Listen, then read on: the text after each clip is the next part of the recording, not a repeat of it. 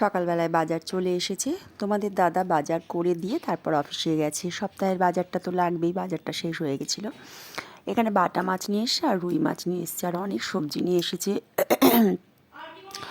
ঠান্ডাটাও না বেশ ভালো পড়ে গেছে এখানে। আর সবজি তো অনেক, শীতকালের সবজি তো দেখতে ভালোই লাগে। সকলকে, কেমন আছো তোমরা? আশা করি ভালো আছো। আমিও ভালো আছি। শর্মিষ্ঠাস ব্লগে তোমাদের অনেক অনেক স্বাগত। আর এখন ছাদে চলে এসেছি। আজকে না রোদের খুব একটা তাপ নেই, মেঘলা মেঘলা করছে। আর আজকে না অনেক কাজ, তোমরা তো দেখলে তোমাদের দাদা বাজার করে নিয়ে এসছে। মাছ সবজি সব ছড়ানো ছিটানো রয়েছে। মাছটা ধুয়ে ফ্রিজে তুলেছি, সবজিগুলো রয়েছে। আর বেড কভারটা কেচেছিলাম। খুব কষ্ট হয় একা হাতে, না এত আর করে উঠতে পারি না, হাতে ব্যথাও ভীষণ। যাই হোক, বিছনার চাদরটাও কেচেছিলাম, ওগুলো মেললাম। মেয়েদের কিছু জামা কাপড় ছিল, সব কেচে কুচে ছাদে দিয়ে এসে মেলে দিলাম। এবার আবার নিচে যাব, নিচে গিয়ে তারপর স্নান পুজো করে তারপর রান্না বসাবো। তাহলে ভিডিওটা তোমরা আমার দেখতে থাকো। আর ঘরের পুজোটা না এখনও হয়নি, তাই মাছ টাছগুলো ধুয়ে ছাদে গেছিলাম, ওগুলো মেলে আর এখানে এসেছি নিজের একটু পরিচর্যা করতে। নিজেকে যদি ভালো না রাখি তাহলে পরিবারের মানুষগুলোকে কিভাবে ভালো রাখবো বলো? একটু সময় পাই না, শীত এমনি ছোটোবেলা, তাই মুখে একটু স্ক্রাবিং করছিলাম।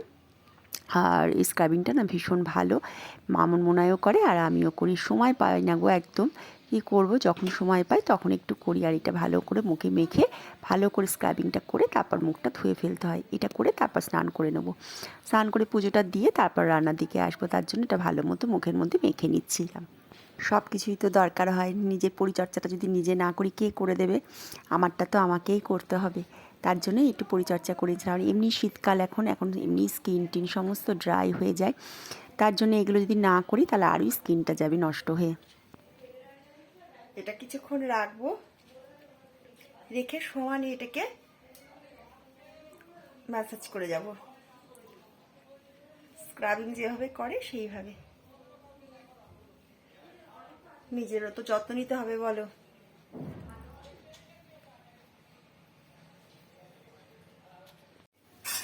আর এখন না অনেকটা বেলা হয়ে গেছে জানো তো, একদম সময় করে উঠতে পারছি না। তোমাদের দাদা অফিসে বেরিয়ে যাওয়ার পর কিন্তু আমি বসি না, সেই সকাল 6:30টায় উঠেছি, সেই তখন থেকে একভাবে করে যাচ্ছি।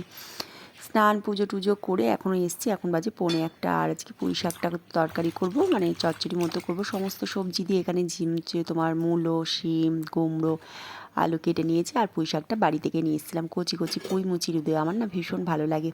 আর মাছটাও নুন হলুদ মাখিয়ে রেখে দিয়েছি। এখানে মাছের মাথা ছিল, তাই ভাবলাম মাছের মাথাটা দিয়ে করি, ভালো লাগে। আর পুঁই শাকটা একটুখানি জলে ভাপ দিয়ে নিলাম। আবার কাজ করতে করতে আবার সবজিগুলোকেও গুছিয়ে নিচ্ছি। ফ্রিজটা একটু অপরিষ্কার হয়েছে, ফ্রিজটাও ক্লিন করতে হবে। তবে ডিপ ক্লিন আজকে করছি না, বাস্কেটটা মুছে পরিষ্কার করে সমস্ত সবজিগুলো ঢুকিয়ে নিচ্ছি। একদিকে করছি রান্না আর একদিকে এই সবজিগুলো গোছাচ্ছি। আমরা মা দুর্গার মতো দশভুজা, 10টা হাত যদি আমাদের থাকতো তাও মনে হয় কম পড়ে যেত। সত্যি, মানে কিভাবে যে করি সে একমাত্র যারা করে তারাই জানে। আর এখানে আমি তরকারিটা বসিয়ে দিয়েছি, মাছগুলোকে ভেজে সবজিটা দিয়ে তরকারিটা করে নেবো আগে, তারপর মাছটা করবো। আজকে আর বেশি কিছু রান্নাবান্না করবো না, তাই দেখতে দেখতে 2টো বেজে যাবে। আর এখানে তরকারিটা আমি বসিয়েও দিয়েছি। আর সবজিগুলো তো ভালো মতো করতে হয়, শাক টাকগুলোকেও বাছতে হবে, ধনেপাতা আছে, এগুলো সমস্তটা গুছিয়ে তুলতে হবে। আর দেখো এখানে আমি আমার তরকারিটা বসিয়েছি, আর নিচে মেথি শাক আনছে তোমাদের দাদা। শীতকালে তো শাকটাই বেশি ভালো লাগে খেতে, মেথির শাক, বেতর শাক, তাই জন্য শাকগুলোকেও বাছছি। আর আজকে না রান্নাঘরটাও একটু ডিপ ক্লিন করব। সপ্তাহে তো একদিন আমি ডিপ ক্লিন করি, প্রতিদিনই তো আর করা হয় না। আর রান্নাঘরটা যদি পরিষ্কার না রাখি তাহলে ঘরে যে আমাদের মা লক্ষ্মীর বাস, তাতেও তিনিও রুষ্ট হন। ঘরটাকে তো সবসময় পরিষ্কার রাখতে হয়, তার সাথে সাথে রান্নাঘরটাও। আর রান্নাঘরটা যেহেতু ঘরের সামনে, রান্নাঘর যদি অপরিষ্কার থাকে না, নিজেরও ভালো লাগে না। আর এখানে আমার তরকারিটা হয়ে গেছে, মাছটা বসাবো। আর মাছটা না করতে গিয়ে বেগুনগুলোকে একটু ভেজে নিচ্ছি। দেখবে বেগুনটা ভেজে মাছের ঝোলে দেবে, খেতে বেশি টেস্ট লাগে। কাঁচাটাও আমি দিই এক এক সময়, কিন্তু ভেজে দিলে বেশি ভালো লাগে। আর এখানে হয়ে গেছে রান্নাবান্না, এখন বাজে 2টো। এখানে আমাদের ভাত বেড়ে নিচ্ছি, আমার 2 মেয়ের আর আমার। এখন খাওয়া দাওয়াটা করে নিয়ে আগে তোমাদের সাথে আর সামনে এসে আর কথা বলার সময় পাচ্ছি না, এত তাড়া রয়েছে। আজকে খেয়ে দেই না আমি তোমার রান্নাঘরটা পরিষ্কার করব। তোমরা হয়তো অনেকেই ভাববে, এ বাবা খেয়ে দিয়ে কাজ করে স্নান ফান করে রান্নাঘর পরিষ্কার, কিছু করার নেই গো। আজ অনেক দিন ধরে করব করে কাজের জন্য করতে পারি না। আর এদিকে দেখো খাওয়া দাওয়া হয়ে গেছে, এখন বাজে প্রায় 2:45, আর এখানে আমি রান্নাঘরটা পরিষ্কার করতে নিয়ে নিয়েছি। টাইলসগুলো ভালো মতো সমস্তটা মুছবো, ওভেনটা মুছবো, দিয়ে রান্নাঘরটা একবারে ডিপ ক্লিন করে তারপরে রান্নাঘর মুছে টুছে বেরোবো। তারপর নাইটিটা চেঞ্জ করে নেব।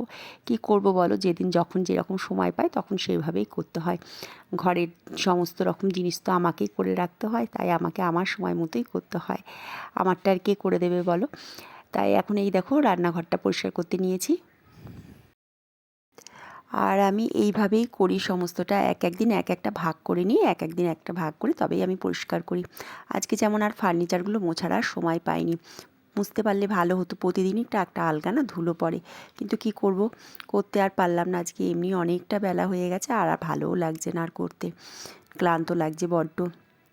আর যেখানে আমরা বাস করি, যে ঘরে থাকি, সেটাকে সব সময় পরিষ্কার রাখতে হয়। পরিষ্কার রাখলে তবেই নেগেটিভ এনার্জি দূর হয়, আর পজিটিভটা সবসময় ঘরের মধ্যে থাকবে। আর এতে শুক্রও ভালো থাকে।